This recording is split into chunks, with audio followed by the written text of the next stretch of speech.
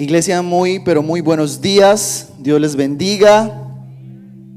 Qué honor y qué privilegio tan grande estar en esta mañana junto a ustedes. Gracias a los pastores principales, a mi amigo y el pastor Abel y toda su familia. Y bueno, muy feliz, soy del país de Colombia, de una ciudad que se llama Armenia, Quindío. Felizmente casado, tengo un hermoso hijo.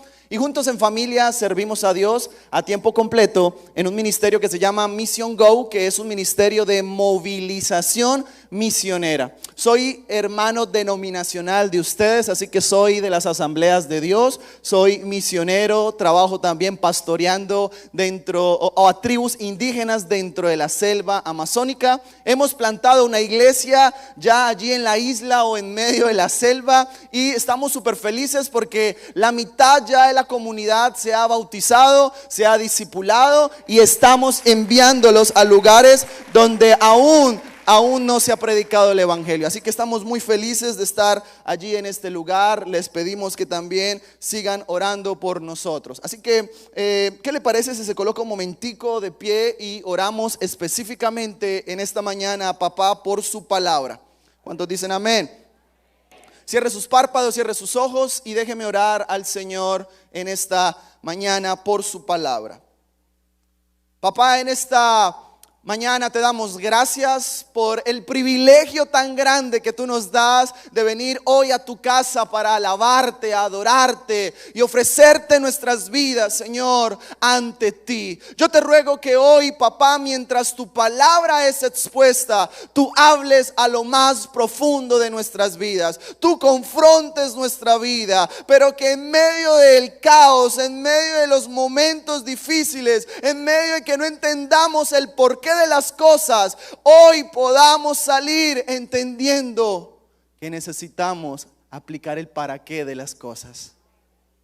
Dios, yo te ruego que hoy tu Espíritu Santo haga como quiera hacer sobre este lugar, como lo has venido haciendo. Por favor, llévate toda distracción, todo sueño, toda pereza, todo afán, y que hoy sea un tiempo de conectarnos con tu palabra de corazón a corazón. Señor, háblanos, aquí estamos, te decimos presente y queremos hacer tu voluntad. Te lo ruego todo esto en el nombre de Jesús. Amén y amén. Y antes de sentarse con la persona que tiene a su lado, estirarle el puñito y que le bienvenido a la casa de Dios. Chóquela, chóquela, chóquela, muy bien. Dale bienvenido a la casa de Dios, chóquela, chóquela de puñito, muy bien, muy bien. Y si tiene a su esposa, dale un besito, muy bien. Tome su silla, tome su lugar. Y bienvenidos a este último cita llamada Breakpoint. Así que hoy quiero compartirte algo, una introducción que he preparado. Como cristianos, constantemente estamos expuestos a vivir uno o varios breakpoints en nuestras vidas, que puede simbolizar como cosas que nos quiebran por dentro, o procesos en nuestra vida que nos marcan con un antes y un después en nuestra vida diaria.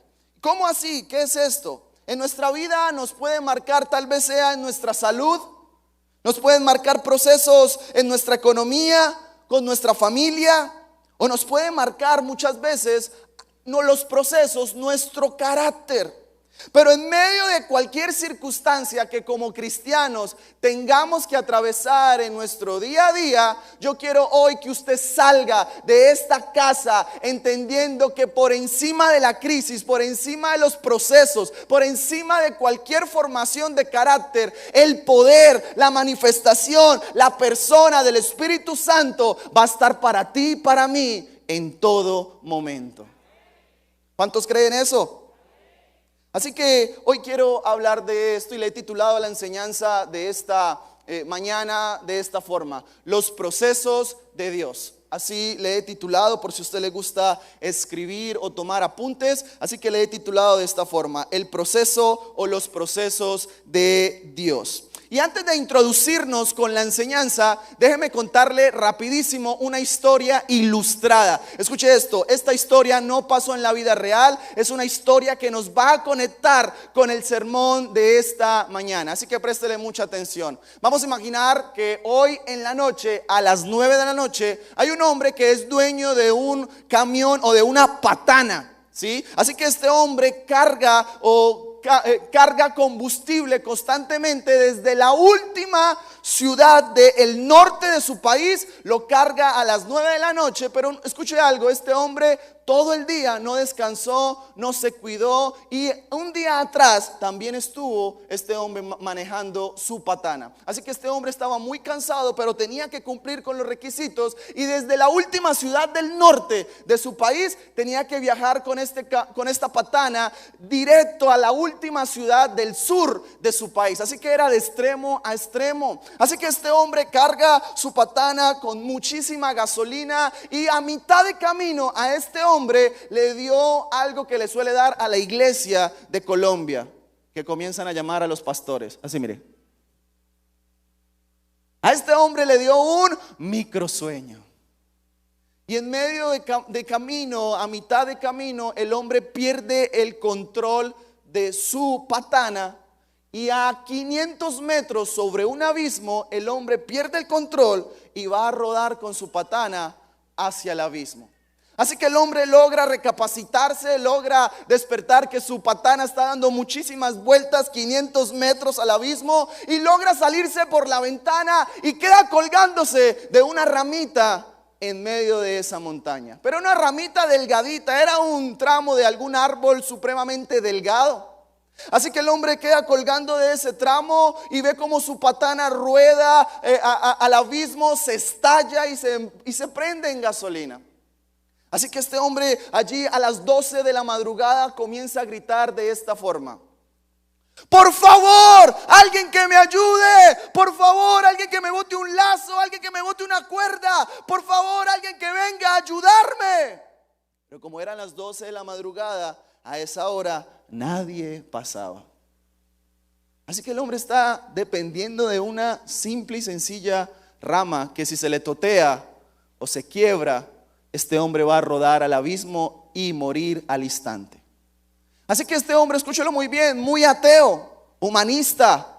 Este hombre que su vida nunca fue un reflejo para Dios, nunca le quiso creer a lo que su familia le predicaba, le hablaba, y el hombre siempre fue ateo o se consideró ateo. Así que en los momentos de crisis, en los momentos difíciles, ahí sí este hombre se acordó de Dios. Así que quiero decirte, el Dios suyo y el Dios mío es un Dios lleno de misericordia. Así que escuche esto, este hombre vuelve a gritar de esta forma: Dios, si en realidad tú existes, por favor te lo pido, sálvame, ayúdame en este momento de angustia. Así que Dios le habla, pero con una voz audible a este hombre, y le dice de esta forma: suéltate en mis manos, déjate caer, porque yo te sostendré. No es en tus fuerzas, no es en lo que tú sepas hacer. Vas a descansar cuando te sueltes sobre mi regazo. Suéltate. Así que este hombre era así, tal vez morenito como yo, quedó blanco de haber escuchado la voz audible del Señor, asustado.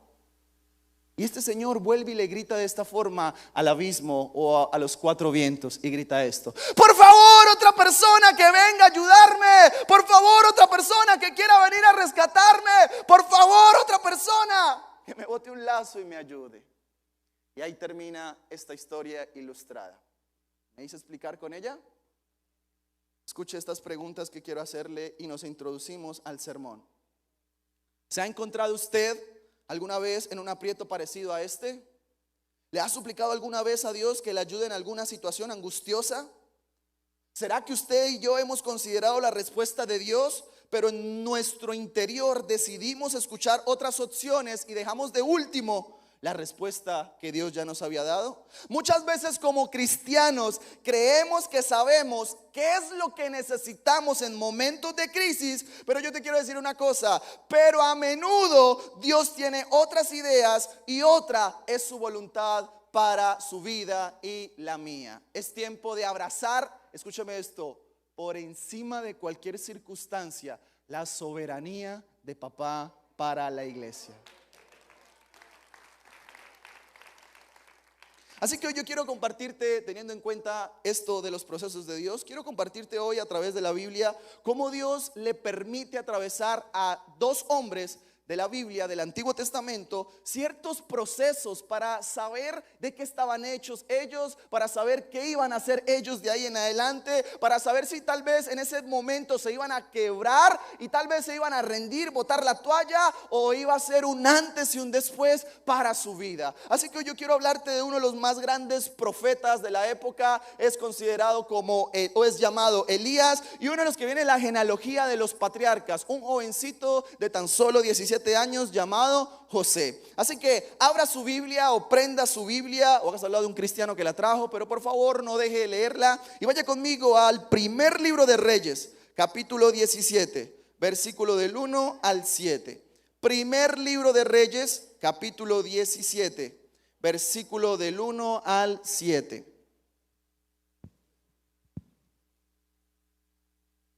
Amén. Y juntos leamos su palabra con la autoridad del Padre, del Hijo y bajo la unción de su Espíritu Santo.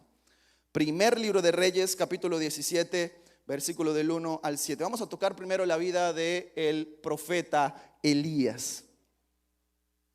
Entonces Elías Tisbita, que era de los moradores de Galad, dijo a Acab, era un rey supremamente malo de la época: vive Jehová Dios de Israel, en cuya presencia estoy, que de hoy en adelante ya no va a volver a haber lluvia ni rocío en estos años, sino por mi palabra. Versículo 2: y vino a él palabra de Jehová diciendo: apártate de aquí y vuélvete al oriente y escóndete en el arroyo de Querid, que está frente al Jordán. Versículo 4: y beberás del arroyo, y yo he mandado a los cuervos que te den allí de comer. Versículo 5: y él fue muy obediente e hizo conforme a la palabra de Jehová, pues se fue y vivió junto al arroyo de Querid, que está frente al Jordán. Versículo 6: y los cuervos, mire lo milagroso, y los cuervos le traían pan y carne por la mañana, pan y carne por la tarde, tal vez a la barbecue o a la plancha.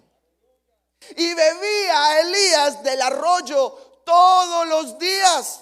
Versículo 7. Pero pasa algo en el versículo 7 y yo quiero que usted lo subraye, si puede hacerlo en esta mañana. Versículo 7 dice: y pasados algunos días, ¿qué dice la Biblia? Se secó el arroyo, porque no había llovido sobre, no dice que sobre Israel nada más, dice que sobre toda la tierra. Amén. Elías fue un profeta poderoso en Dios. El ministerio de Elías fue centrado en lo que traduce su nombre. Teológicamente, el nombre de Elías traduce de esta forma: Jehová es Dios. Así que uno de los ministerios que Elías tenía que desarrollar en Israel era demostrar en las calles, en las plazas, en los lugares altos, fuera de los templos y aún dentro de los templos, demostrarle a todos los israelitas que Jehová era el verdadero Dios de Israel. ¿Y por qué Elías tenía que hacer esto? O uno de sus ministerios tenía que hacerlo. ¿Por qué Elías tenía que hacer esto? ¿Y por qué Dios le envía a hacer esto? Yo quiero contarte algo. En la época de Elías, en el contexto o en la historia, habían muchos dioses y mucha población israelita estaban adorando a otros dioses, y uno de esos dioses era Baal. Y como Baal era el dios de la lluvia, ellos supuestamente adoraban a Baal, y supuestamente, entre comillas, Baal iba a hacer llover sobre Israel, supuestamente. Así que como el Dios suyo y el Dios mío es un Dios que nos cela con amor, y Él dice: yo no voy a seguir permitiendo esa falsa adoración. Así que voy a levantar a Elías y le voy a decir que vaya a donde está el presidente, el alcalde, que era Acab, y le diga que por no abrocharse los pantalones, por no tener autoridad ante el pueblo, vaya y dígale que de hoy en adelante, por su falsa adoración, ya no va a volver a llover sobre todo Israel.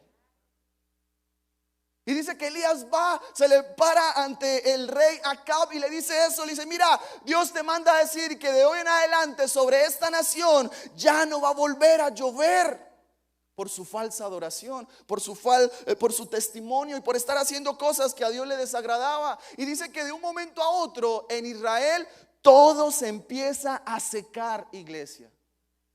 Se secaron los acueductos, se seca el campo, se comienza a morir el ganado. En Israel empiezan a vivir algo peor que una pandemia. ¿Usted se imagina por un momento que es quedarse una semana sin agua en su casa? ¿Usted se imagina que es que se quede tal vez meses sin agua en su casa? ¿O se imagina que se quede años? Y en Israel en ese momento estaban pasando más de 3 años sin agua después de esa palabra. Así que empieza a haber escasez de alimento, empieza a morir su carne, se empieza a morir su ganado, se empieza a morir todo lo que hay alrededor de Israel. Algo peor que una pandemia por su falsa adoración. Pero de un momento a otro Elías sigue en medio del caos, en medio de la dificultad. Elías no solamente va y le dice esto al rey Acab, sino que también comienza a demostrar en todo lugar y en todo momento, en los tiempos de crisis, a demostrar que Jehová es y seguirá siendo el verdadero Dios de Israel. Yo creo profundamente que en este tiempo Dios también está levantando una generación como que tenga el mismo sentir de Elías. Que en medio del caos, que en medio de la incertidumbre, que en medio de tal vez donde no hay esperanza, tú y yo nos podamos levantar y demostrarle al mundo que Jehová sigue siendo Dios, que Jehová sigue teniendo el control. Y dice que de un momento a otro Elías va a demostrarle a todo el pueblo que Jehová es Dios, y le dice: yo quiero que me traigan a todos los 450 profetas de Baal. Y vamos a pedirle al Dios mío y al Dios supuestamente suyo llamado Baal que del cielo descienda fuego y queme nuestros holocaustos. Así que se reúnen todos los 450 profetas de Baal, preparan holocaustos, y dice que comenzaron a llamar a Baal, pero Baal no le respondía. Y ante toda la mirada del pueblo, Elías seguía demostrando que el Dios suyo y el Dios mío es el verdadero Dios. Y dice que con una simple y sencilla oración Elías prepara su holocausto, y dice que literalmente le echa agua a su holocausto. Y todos sabemos que para preparar el carbón, para hacer tal vez una parrillada, no podemos echarle agua al carbón porque no nos va a prender tan fácil. Así que Elías tenía tanta su confianza en Dios que le echa agua, y él sabía que con una simple y sencilla oración Dios le iba a responder. Y dice que Elías ora y el cielo se abre en dos y desciende fuego y quema los holocaustos de los 450 profetas de Baal y el de él también. Y allí Elías nuevamente seguía demostrando que el Dios suyo y el Dios mío era el verdadero Dios de Israel. Así que de un momento a otro Dios le da otra palabra a este hombre y le dice esto: Elías, por favor, hombre, hijo mío, salte rápido de Israel. Vete rápido de Israel porque la cosa se va a poner totalmente difícil. Salte rápido de Israel y vete a este lugar que se llama Querit. Querit significa separado, cortado o oscuro. Así que mire, Elías de vivir una vida pública, Dios lo mandó a vivir una vida en privado.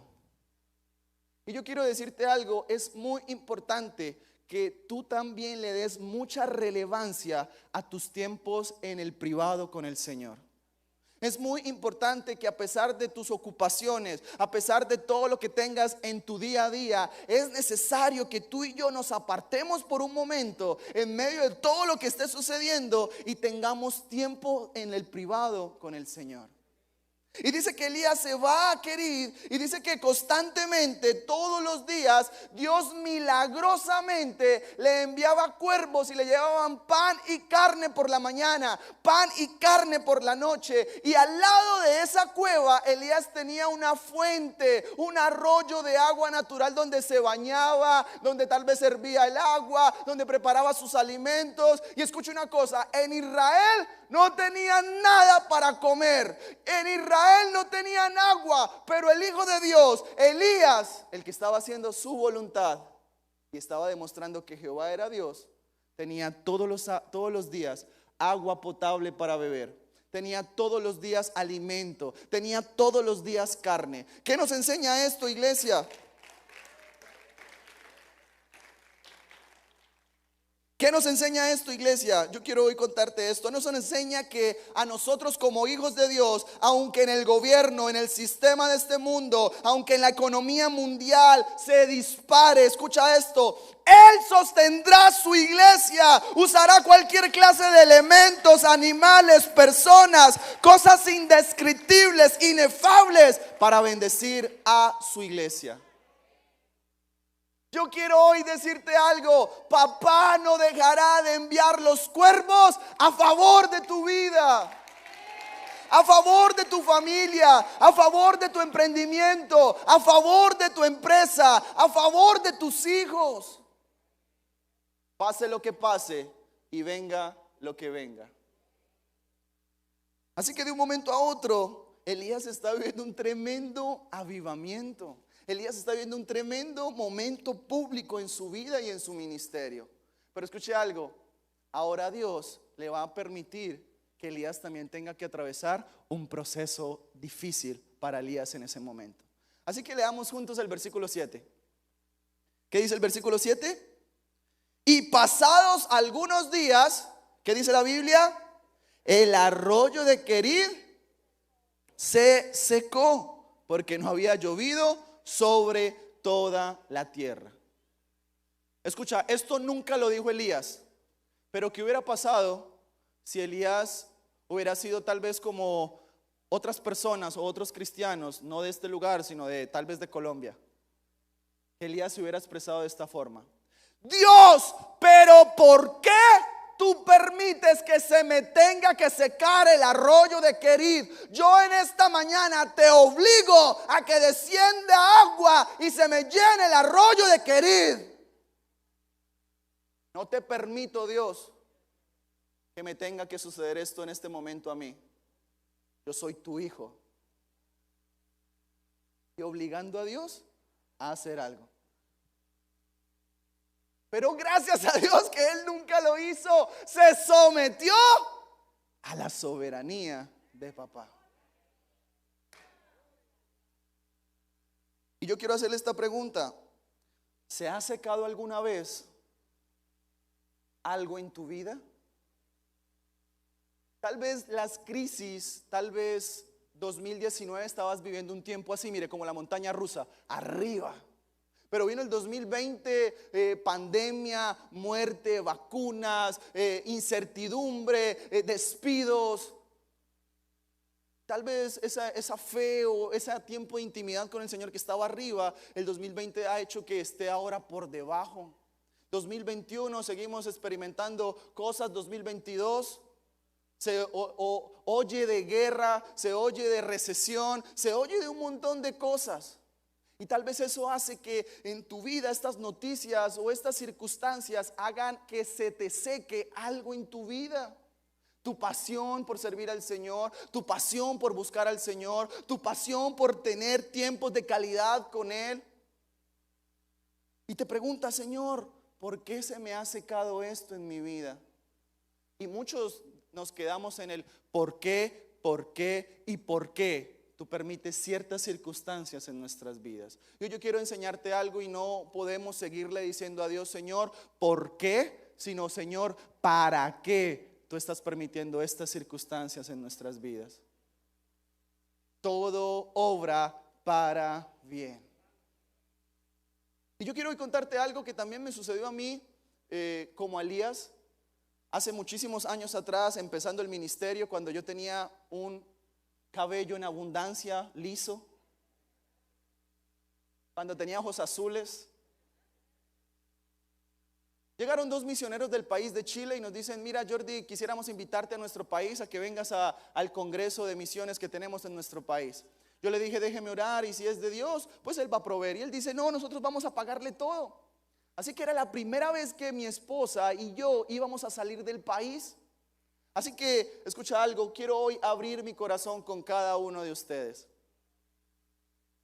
Y hicimos una agenda para viajar al país de Chile un mes, viajar a Brasil otro mes, y después de viajar a Brasil íbamos a viajar a México otro mes, y terminábamos en el trabajo que venimos desarrollando en la selva amazónica de nuestro país. Así que nos preparamos, carta de invitación, credenciales, carta también de pastoral, y empacamos todo, pedimos permiso, oramos y fuimos por primera vez, salimos del país de Colombia hacia el país de Chile. En Chile Dios nos usó como Elías, orábamos y se cumplían las cosas, orábamos por avivamiento y sucedían un montón de cosas. Estábamos en Chile, después de Chile fuimos a Brasil y de Brasil terminamos nuestra jornada y viajamos al país de México. Escuche esto, en México teníamos carta de invitación pastoral membreteada. Teníamos un mes completo para ir a visitar diferentes iglesias, transporte ilimitado, alimentación ilimitada y hospedaje ilimitado. ¿Qué malo iba a salir? Todo estaba bien, todo iba como la pantera rosa, todo iba color de rosa. Así que escucha algo, llegamos al aeropuerto, todo lo que ahorramos del viaje a Chile y Brasil lo invertimos para viajar a México. Así que invertimos aproximadamente entre unos $5,000 y regreso a lo que íbamos a hacer junto a mi esposa. Así que todos nos preparamos y salimos para viajar hacia el país de México. En México llegamos como a la madrugada, entregamos la carta, los pasaportes de nosotros están al día. Y el de migración dice esto: por favor, acompáñenos. Así que yo voy a un cuarto con los de Migración México y nos preguntan o nos interrogan peor que a narcotraficantes. Era algo horrible lo que se experimentaba en ese momento.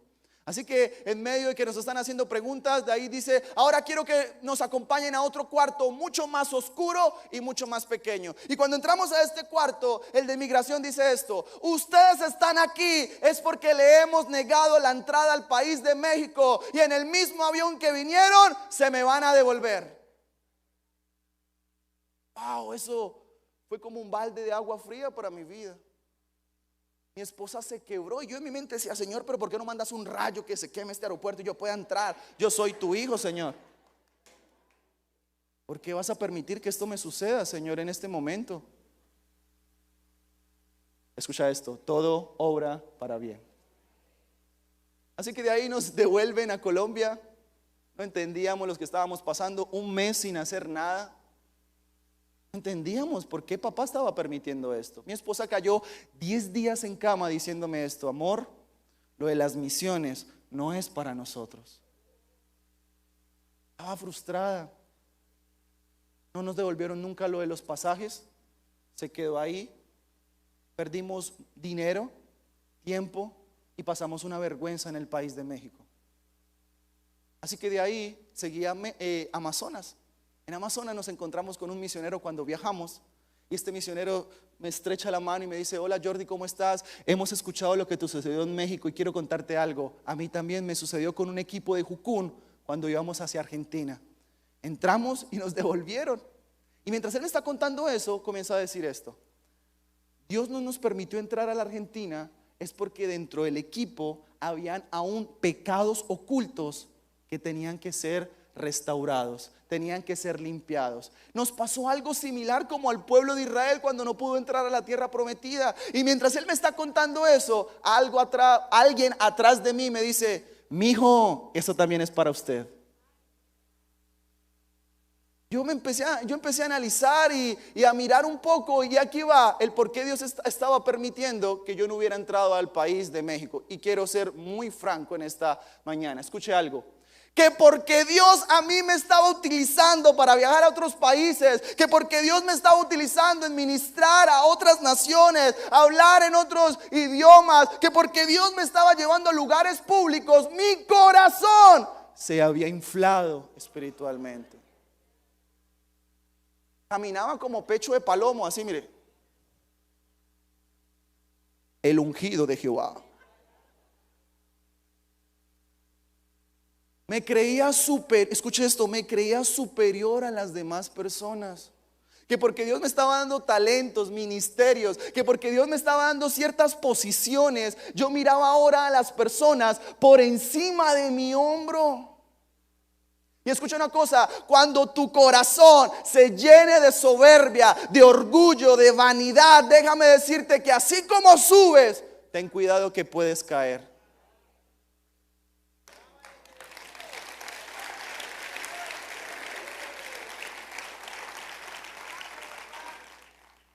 Y Dios me enseñó esto, que mi enfoque no debía ser primeramente trabajar para la obra de Dios, sino que mi enfoque debía ser trabajar primeramente para el Dios de la obra.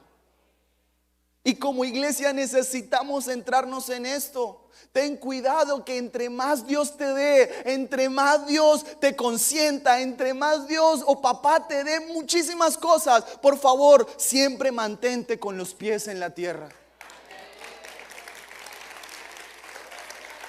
Te llevará a muchísimos lugares.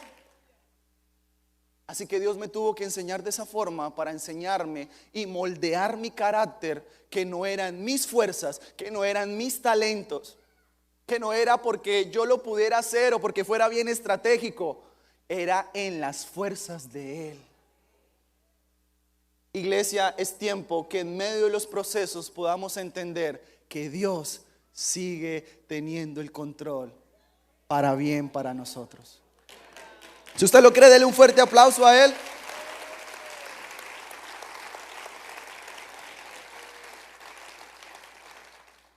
Segundo hombre al cual Dios permite procesar. Génesis capítulo 37, versículo del 2 al 7. Vamos a ver la historia de tan solo un jovencito de tan solo 17 años. Génesis capítulo 37. Versículo del 2 al 7. Y hoy quiero hablarte, no sé si usted en su casa, en algún tiempo libre o en algún momento en la finca, en la vereda, con su familia ha jugado dominó.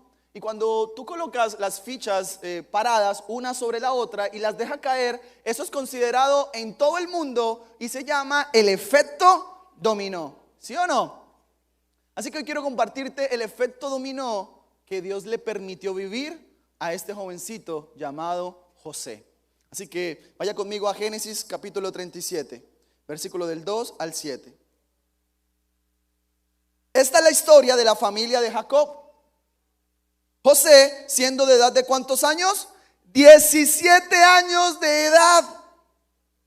Dice que apacentaba las ovejas con sus hermanos, y el joven estaba con los hijos de Bilha y con los hijos de Silpa, mujeres de su padre. E informaba José a su padre la mala fama de ellos. Era bien informativo el José.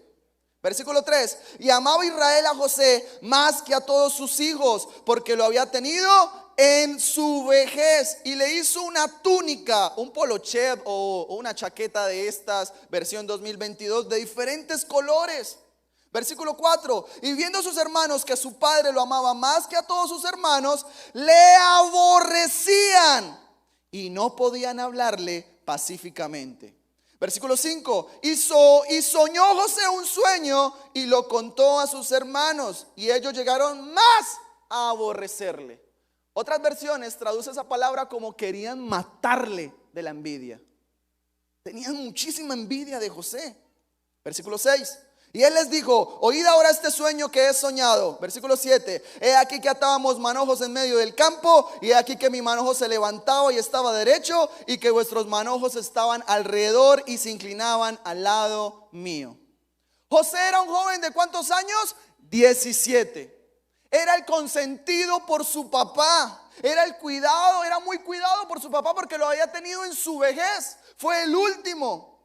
Y a raíz de ese amor, su papá, de tanto amor que le tenía, le hace una túnica de diferentes colores que lo diferenciaban a través de sus hermanos y a través de todo el pueblo que había en ese momento. Así que era cuidado por su papá, nada le estaba yendo mal en la vida de José, todo estaba súper bien. Pero note una cosa, Dios no quiere que vivamos una vida normal. Dios quiere que tú y yo, así como en la historia del inicio, te aprendas a soltarte, a depender de Dios. Así que ¿qué hace Dios? Le da un sueño a José, le da una visión. Así que vamos a imaginar que José en esta noche cae sueño profundo.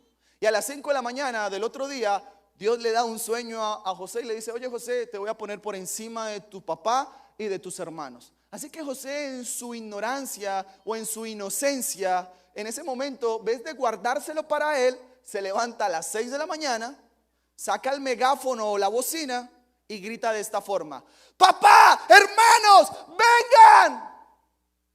Dios me acaba de dar un sueño, una visión. Entonces todos se ponen en pijama y van corriendo directo hacia José a mirar qué sueño le había dado. Y cuando llegan, José le da esta noticia sin anestesia. Y le dice esto: papá, hermanos, mi Dios me acaba de dar este sueño, que usted, papá, y ustedes, hermanos, se van a tener que arrodillar ante mí.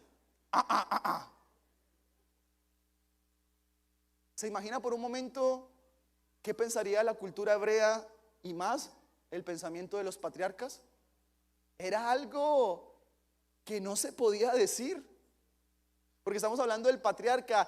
Antes ese jovencito tenía que arrodillarse ante el patriarca, le merecía respeto al patriarca. Y José, sin anestesia, le dice eso a su familia. ¿Y sus hermanos qué hicieron? Guardan eso en sus corazones y se llenaron de envidia, porque era el consentido de su papá y ahora es el consentido de Dios.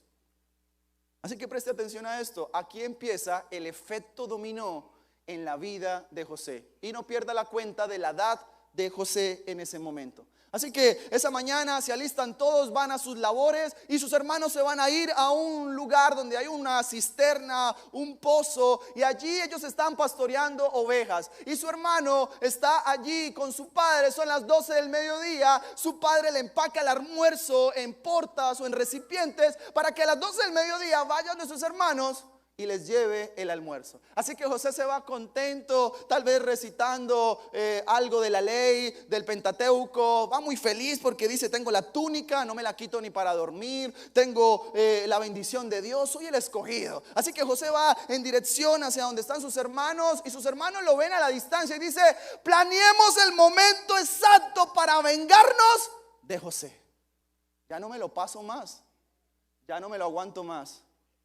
Así que José llega ante la presencia de sus hermanos y dice que ellos sacan tal vez un cuchillo de piedra y comienzan a rasgarle, a destruirle su túnica, y lo introducen semidesnudo o con taparrabos a un pozo o a una cisterna que hoy día simboliza el matasueños de Dios para el cristiano. Porque escuche esto: al ser José introducido a la cisterna o a este pozo, Dios en la mañana o en la madrugada le había dicho a José: José, te voy a poner por encima de las demás personas. Ahora José se encuentra ¿dónde? En lo más profundo de la tierra. ¿Se imagina si José también hubiera sido como Elías y tal vez hipotéticamente hubiera pensado: Dios, pero si tú me dijiste que yo iba a estar por encima de las demás personas, porque ahora estoy en lo más profundo, en lo más bajo y en la tierra? Señor, ¿por qué me permites esto? Pero me encanta que José nunca dice eso. Se somete a la soberanía de Dios. Así que en medio de ese caos yo quiero contarte algo. Tal vez Dios a cada uno de los que estamos aquí nos ha dado un ministerio, un don, un talento. Tal vez a cada uno de los que estamos aquí Dios nos ha entregado empresas, nos ha entregado familias, nos ha entregado ciertas cosas que nos diferencian de las demás personas. Pero tal vez usted va y se lo cuenta a alguien no cristiano o a una gente cristiana y le dices esto: es que Dios me dijo que me iba a llevar a las naciones. Pero tal vez esa persona le dice: pero es que si tú tienes hasta el síndrome de Moisés, ¿qué Dios te va a llevar a las naciones? Tú no sabes hablar en público, tú no tienes la capacidad para hacerlo. Y esas palabras llegan aquí y se marcan en tu corazón o en tu mente. Terminas hundiéndote en los pozos o en las cisternas que simbolizan los matasueños de Dios. Así que no solamente José ahí queda semidesnudo o le quitan su túnica o con taparrabos, sino que dice ahora la Biblia que pasa una caravana de esclavos que van en dirección hacia Egipto, y sus hermanos sacan a José del pozo y lo venden con la misma cantidad que Judas vendió a Jesús. Al sacarlo lo venden. Ahora imagínense, él viene de la cultura hebrea. Ahora va encadenado, lo han sacado de su país. Su papá piensa que ahora va, cuando sus hermanos van, ahora su papá piensa que está muerto. Y va, escuche algo: los esclavos en la antigüedad, o los que están narrando aquí la Biblia, no iban con ropa, iban desnudos o algunos con taparrabos. Así que al introducirse a Egipto o al llegar a Egipto, las personas se iban a burlar de los esclavos. Lo iban a pasar la peor vergüenza.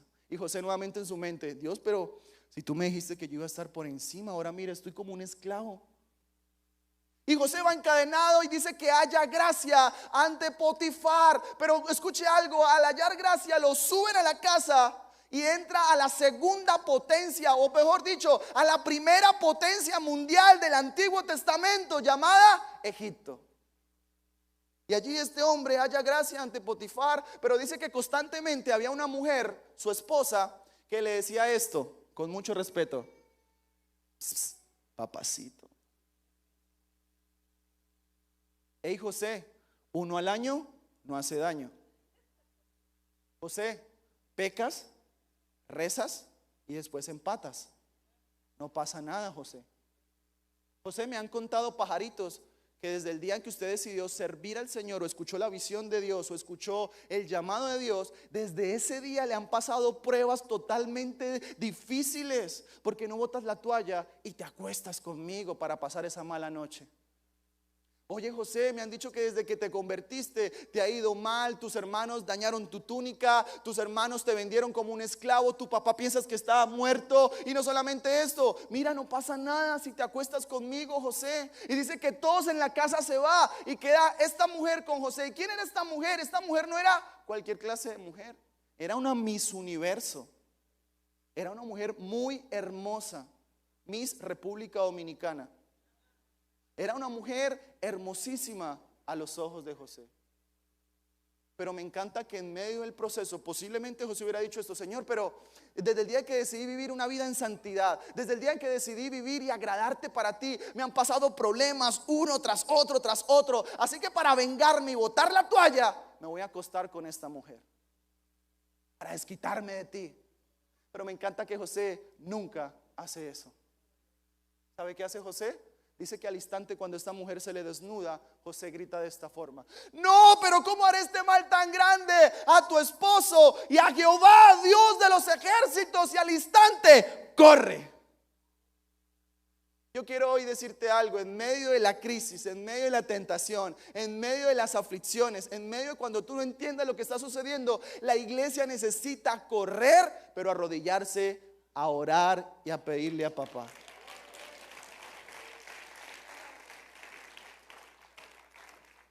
Iglesia, necesitamos correr en medio del caos, pero a los brazos de papá. Para el hombre no cristiano, ese hombre hubiera dicho: pero qué tonto es José.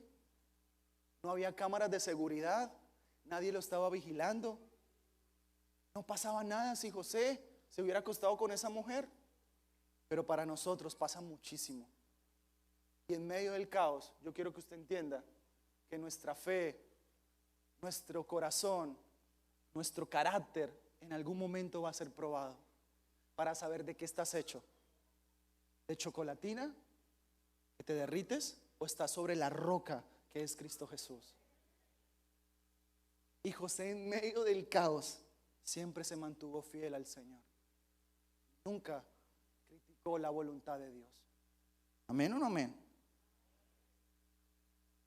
Y dice que luego de eso, esta mujer lo acusa falsamente de que era un violador y lo introducen a la cárcel. En la cárcel había un copero que interpretaba sueños. Un copero, y José tenía sueños y José le interpreta el sueño. Así que el copero queda en libertad y José le dice esto entre las rejas: oye, copero, acuérdate de mí cuando salgas. Y el copero nunca se acordó de José. Escuche esto: ¿cuántos años tenía José? Y ahí, cuando está con el copero, cuando el copero queda en libertad, tiene 37 años de edad. ¿Cuántos años pasaron? 20 años, efecto dominó. Uno tras otro, tras otro, tras otro. Pero lo más especial de la Biblia es que yo no veo ningún indicio donde Dios se le apareciera a José y le explicara todos esos años de aflicción que le estaba permitiendo. Y lo más especial es que Dios se agrada de la fidelidad de José cuando nada tenía sentido para José, para Dios sí tenía mucho sentido. ¿Qué es lo que usted en esta tarde dice? Señor, esto no tiene sentido para mí hoy día. Este matrimonio se acabó. Esto lo boté a la cisterna. Esta relación de padres a hijos se acabó, se murió. Esto no tiene cura. Esto no tiene solución. Pero yo quiero decirte algo. Al final de tu proceso, Dios nos levantará como gobernadores espirituales. Al final de nuestro proceso, papá nos levantará como gobernadores. Y no estoy hablando de la política. Yo estoy hablando de algo espiritual. ¿Sabe por qué? Dice que al final del proceso, cuando sale José de la cárcel con sus 37 años, halla gracia y se convierte en una de las personas más influyentes de Egipto y el segundo hombre más poderoso de la potencia mundial del Antiguo Testamento. Dice que de lo bajo lo levanta y lo pone como el segundo hombre más poderoso. Hoy quiero decirte algo, iglesia, y es que tu enfermedad no es eterna. El COVID no es eterno. La tempestad que estés viviendo en tu casa no es eterna. O lo que estés atravesando, tu proceso no es eterno. El único eterno aquí se llama Jesús de Nazaret.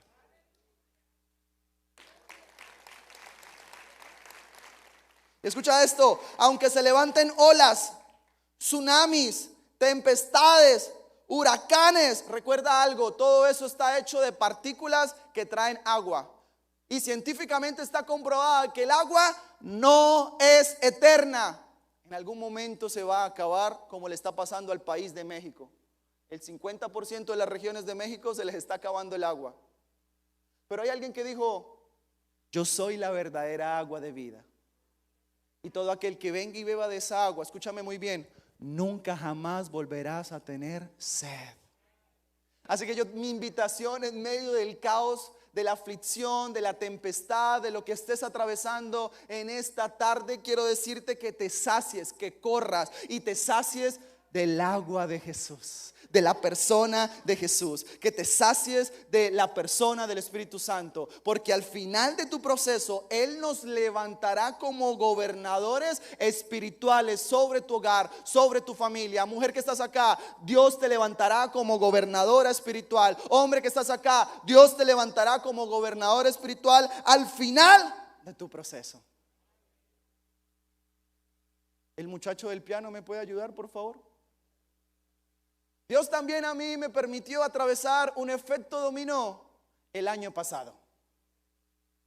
Así que déjeme contarle súper rápido los efectos dominó que tal vez a nadie le gustaría que tuviéramos que atravesar. Presta atención a esto. El año pasado, mi esposa y mi hijo viajamos a Ecuador, llegamos de Ecuador y nos invitaron a una iglesia a predicar. Como misioneros nos tenemos que hospedar, pues, donde nos lleven o quieran invitarnos, no estamos apáticos a eso. Así que la casa donde nos hospedamos no tenía calentador de agua. Así que nos tocaba hervir el agua en una olla para mojarla o llevarla a un recipiente con agua fría, porque donde vivimos nosotros hace muchísimo frío. Así que estando allí, mi niño está contento de las experiencias que tuvimos. Y la sala o la casa donde estamos, la sala no tiene ninguna separación con la cocina.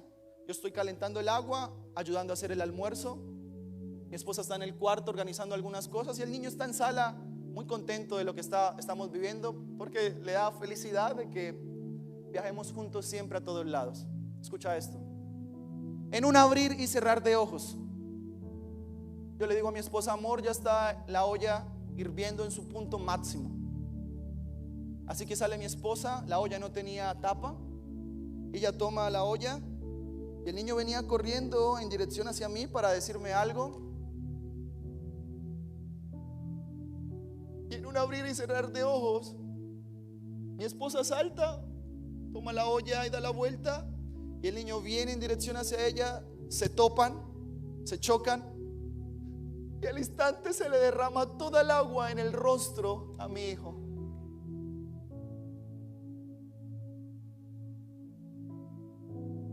yo le decía a Dios, Dios, el que merecía estar allí, el que debía cambiar de posición, el que debía quemarse el rostro, el que debía haberse quemado era yo, Señor, no él. Al instante toda el agua hirviendo le cae en el rostro al niño, y al instante la piel del rostro de mi hijo se le empieza a caer y se le ve la carne. El niño grita desesperado y no entendemos lo que está pasando. Así que yo alzo al niño y salgo corriendo para el primer hospital de ese lugar llamado Calarcá, Quindío. Y cuando llego allí, lo introducen al niño a la camilla, y de ahí empezamos a vivir un efecto dominó como José, uno tras otro momento difícil. Así que sale el cirujano pediatra y dice esto: perdónenme, les digo esto, papás, pero ustedes son los peores padres del universo. ¿Cómo van a permitir que esto le suceda a su hijo? Me dice esto: su hijo va a quedar marcado de por vida en su cara. Literal, con todo mi corazón le digo esto. Mi niño parecía un monstruo desfigurado en su cara, a tal punto de inflamación que se le comienzan a cerrar los ojos. Así que no entendíamos lo que estaba pasando. Y en mi mente vino esas palabras, se marcan en mi corazón y en mi mente. Y no es porque fuera vanidoso, pero sabe una cosa, yo dije, el niño va a crecer, va a ir al colegio, le van a hacer bullying. El niño va a crecer y se va a querer enamorar de alguien. Tal vez no le van a prestar atención. Y va a crecer mucho más. Y va a empezar a razonar y va a decir: por culpa de ustedes tengo el rostro así. Eso a mí como papá marcaba, me traía un quiebre a mi vida. Así que no entendía. Y ahí el cirujano dice: mire, el niño se le está aumentando la temperatura, necesitamos buscar rápido un hospital o una clínica privada para que lo intuben o lo entren a la cirugía y le raspen el rostro. Así que consiguen una ambulancia, trasladan al niño del pueblo a la ciudad, y en la ciudad suben a cirugía, le raspan el rostro y sale a piso después. El niño no aguantó ese proceso y le da una taticardia. Y la junta médica se hace alrededor de la camilla y dice esto: necesitamos rápido buscar una UCI para quemados. Escuché algo, el año pasado en febrero fue la tercera ola del COVID, así que todas las UCI en mi país están ocupadas. No hay nadie que nos ayude con una UCI para el niño. Y algo que tiene que llegar y que tiene que suceder, y es jurídico. Llegó algo llamado CONANI. Otro efecto dominó más. Sube CONANI, o la trabajadora social de CONANI se hace alrededor de nosotros. No queremos hablar con nadie, solamente con el niño nos sentimos frustrados. Así que mi esposa fue cortante con las respuestas. Ella quería que le explicáramos paso a paso cómo fue, detalle tras detalle. Y ella la trabajadora social coloca esto: si hubiera sido un accidente, porque sus padres no tienen las manos quemadas, no fue un accidente, firma y lo envía a la empresa jurídica de CONANI. Ahora CONANI, toda la empresa, en Colombia se llama Bienestar Familiar o ICBF. Ahorita toda la empresa privada está respirándonos aquí a la oreja, listos y a punto de quitarnos a nuestro único niño. Otro efecto dominó más. De ahí ellos dicen: tenemos que buscar rápido una UCI de quemados. Así que cerca a Medellín, llamado Manizales, encontraron una UCI para niños. Trasladan al niño en la ambulancia hacia la UCI para quemados. Escuche esto fue lo más trágico para mi esposa. Al niño lo introducen en la UCI, los padres ya no pueden estar allí. Así que el niño, al soltarse la mano de mamá, le grita esto a mamá: mamá, no puedo ver y no quiero que te alejes de mí. Cuando mi hijo grita eso, mi esposa se quebró y se desmayó al instante. Era difícil dejar por primera vez nuestro niño en una UCI. No entendíamos lo que estaba pasando. Otro efecto dominó: sale de UCI, suben a piso. hay 4 niños alrededor de la camilla de él. El niño, de tener sus heridas abiertas en su rostro y en su hombro, de tenerlas abiertas, adquiere una bacteria de estar visitando uno tras otro hospital. La jefe de enfermera dice: mire, vamos a programar una inyección que se le tiene que aplicar para que se le pueda controlar o desaparecer esa bacteria, porque puede dañar su sangre y sus riñones. Y vamos a programar esa inyección para el día 17 de marzo. Era el 1 de marzo en ese momento. Y después sube la junta médica y nos da el informe de todo el proceso. ¿Cómo va Caleb? Mi hijo se llama Caleb. Y dice la junta médica, escuche esto: son los mejores cirujanos plásticos. Se subieron allí ese momento el gerente del hospital. Se sube la gente más estudiada en ese momento. Y hacen una fila así alrededor de la camilla de mi niño y dicen esto: mire, el niño en la frente tiene una quemadura de 3er grado profunda, y en su cachete izquierdo tiene una quemadura de 3er grado. Le hemos colocado células madre, le hemos aplicado cremas para la piel, pero escuche esto: nada le quiere cerrar ese tremendo hueco que tiene allí. Así que para el día 16 vamos a programar, 16 de marzo, una cirugía donde le vamos a colocar un implante. Vamos a rasparle de su nalga y le vamos a colocar acá. Y si usted no quiere que su niño quede con cicatrices, lastimosamente va a quedar con muchísimas queloides en su rostro. Estaba en una encrucijada, no sabía qué hacer. Así que, ¿cuál es la mejor arma del cristiano? La oración y el ayuno. Así que el 1 de marzo fueron muchísimas noticias, efecto dominó, pero ahora le voy a contar de ese día en adelante hasta el día 15 de marzo, el efecto dominó, milagros de Dios. ¿Listos?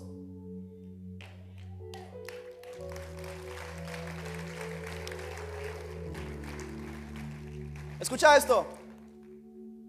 Me reúno con mi esposo y le digo: amor, lo único que tenemos en este momento como misioneros es orar y ayunar. ¿Qué le parece si ayunamos de hoy hasta el día 15 por mi niño? No tenemos más alternativa.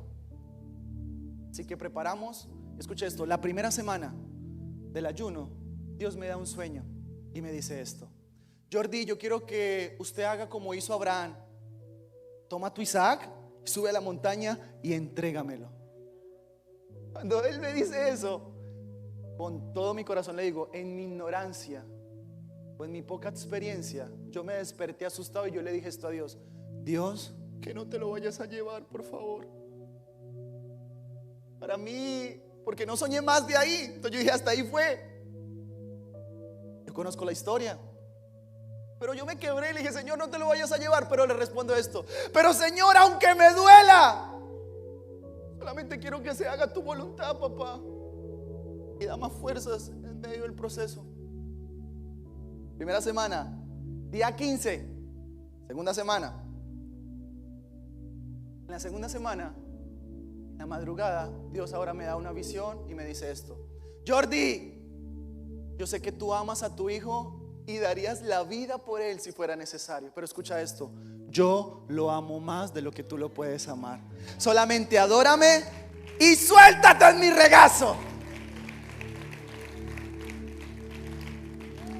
Cuando Dios me dice eso, me puse contento. Así que me arreglo y salgo a la casa, al hospital. Pero yo tenía las visitas a las 8 de la mañana. Pero escuche esto: mientras Dios me está dando eso, a las 5 de la mañana, ese día, algo sucede en la camilla. Los niños, los pequeños, saben que cuando duermen se mueven mucho. Así que mi niño tenía su cara vendada. Y ese día, a las 5 de la mañana, mi esposa me cuenta que él logra dar un giro y con la almohada se logra quitar la venda de su rostro. Y cuando él se quita la venda de su rostro, mi esposa se levanta, prende la luz, lo mira y pega este grito que despierta a toda la gente que había alrededor de ella. ¡No lo puedo creer! ¡Gloria a Dios! El niño tenía todo su rostro con nueva piel rosada. El niño tenía toda su piel reconstruida por la mano de Dios. Y cuando ella pega ese grito, todos vienen a mirar qué había pasado. Viene la jefe de enfermera y dice: algo está pasando aquí. Le toma la muestra para mirar si de pronto ese mismo Dios que le sanó el rostro, ella dice, de pronto le haya sanado la bacteria. Así que la señora va corriendo y viene. Cuando ella viene con una hoja, ella le pregunta a mi esposa esto: dígame algo, ¿ustedes qué son? Yo ya estaba ahí, era las 8 de la mañana cuando ella llega con la muestra. Yo estaba feliz de ver al niño así con su rostro. Así que cuando ella dice: ¿ustedes qué son? Con el corazón les digo esto. Me asusté, yo dije: me va a echar la policía. Pero ella dice: el Dios que le acaba de sanar el rostro a su hijo, también le acaba de desaparecer la bacteria. Y escuché algo: tiene las defensas bajas. No entendemos cómo sucedió esto. Un niño con defensas bajas y se le acaba de desaparecer una bacteria que amenazaba sus riñones y su sangre. Yo quiero saber que su Dios es real. Ese es el Dios que en medio del proceso está con nosotros. Tercero, sube la junta médica, los mejores, muchísimos años de estudio, y se reúnen. Y el gerente del hospital, al ver a mi hijo así, porque tenía programado la cirugía el 17, eso sucedió el 15. Así que el gerente dice esto: tráigame la historia clínica para que le quede por vida de que el mundo o la ciencia lo mire. Y toma allí y escribe: no creo en Dios, pero yo no veo otra explicación más que decir que esto fue un milagro. El niño está completamente sano. Tome su historial y váyase para su casa. El niño no le vamos a hacer ninguna cirugía. Está completamente sano. Ese es el Dios al que hemos venido a adorar en medio de los procesos. Ese es el Dios que sigue haciendo milagros. Y ese es el Dios al que yo quiero decirle que nunca te va a dejar. ¿Y sabes algo? Nos vamos a casa y esto es lo más increíble de este efecto dominó. Yo presencialmente, jurídicamente, yo tengo que ir a las instalaciones de Conani, explicar el paso a paso cómo sucedió, firmar e irme. Se cierra el caso. Milagrosamente, hasta el día de hoy, yo no he ido a ninguna instalación y Conani se desapareció.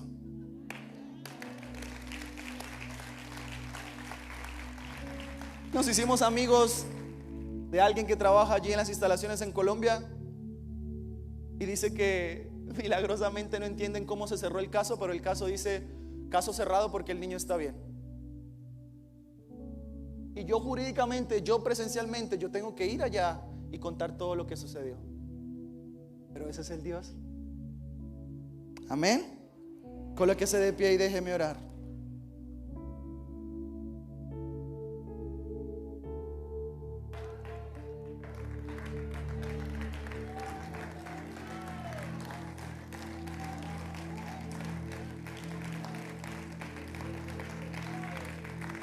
Iglesia, levante sus manos y escucha esta frase que preparé para usted. Espero que nunca vaya a olvidar a este colombiano.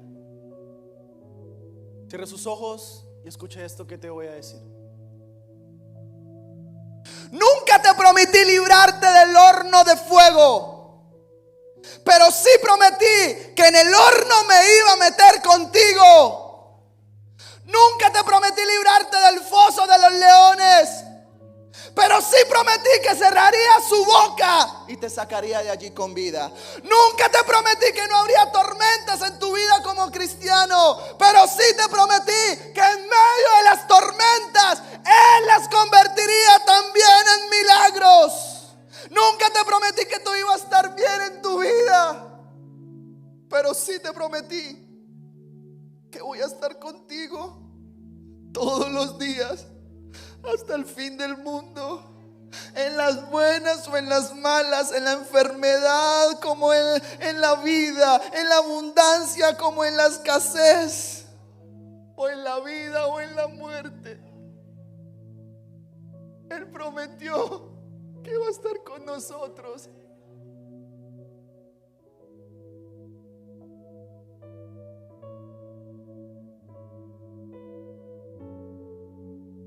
Espíritu Santo, yo ya hice mi parte, ahora yo te ruego que tú hagas la tuya, la más importante, la que merece la gloria y la honra. Por favor, yo te ruego que si hay alguien aquí en esta casa que está atravesando un momento como Elías, que algo se ha secado en su vida, que ha perdido la pasión, que si tal vez se ha secado algo y no entiende por qué suceden las cosas, hoy podamos abrazar tu voluntad aunque no la podamos entender. Y yo te ruego que si hay alguien aquí atravesando un efecto dominó, como José, uno tras otro, tras otro, tras otro, yo te ruego que hoy, papá, por el poder y la autoridad de tu palabra, nos saques del pozo, nos saques del efecto dominó, y que ahora empecemos a vivir un efecto dominó de milagros. Señor, no sé si aquí hay alguien enfermo, no sé si tal vez aquí hay alguien con algún dictamen médico difícil, pero yo quiero decirte que el mismo Dios de Abraham, de Isaac, de Jacob, el mismo Dios que abrió el mar rojo en dos, que proveyó maná, y el mismo Dios que resucitó a Jesús, está aquí para abrazarte.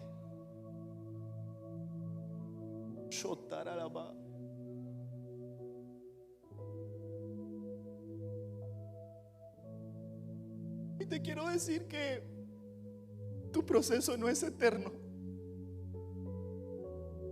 No sé qué estás viviendo en casa, no sé cómo la estás atravesando, no sé qué esté pasando en tu empresa, no sé qué esté pasando en tu casa, pero yo quiero decirte que mi Dios, no sé si estás, mujer, no sé si algo está pasando en tu vientre. Hombre, no sé si algo pase en tu cuerpo. No sé si hay alguien aquí que no pueda tener hijos. Pero yo quiero decirte que Dios sigue siendo Dios. Dios sigue teniendo el control.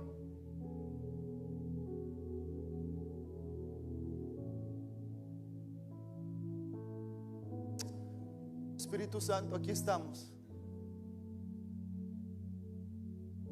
Para ti hoy clamamos que no hay absolutamente nada, nada, nada imposible.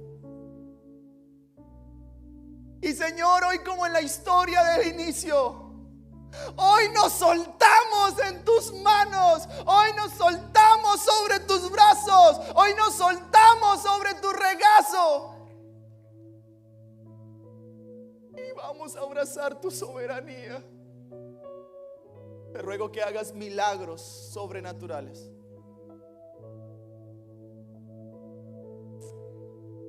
Y esto que estás experimentando, ese es papá. Ese es papá. Ese es papá. Él sigue teniendo el control. Y Él sigue siendo Dios. Señor, gracias por esta palabra. Yo te ruego que hoy tu palabra no vuelva vacía, sino que quede grabada en nuestros corazones. Y que pase lo que pase, venga lo que venga, recordemos, Señor, de que tú sigues teniendo el control, de que tú sigues siendo bueno. y que nada se te ha salido de las manos.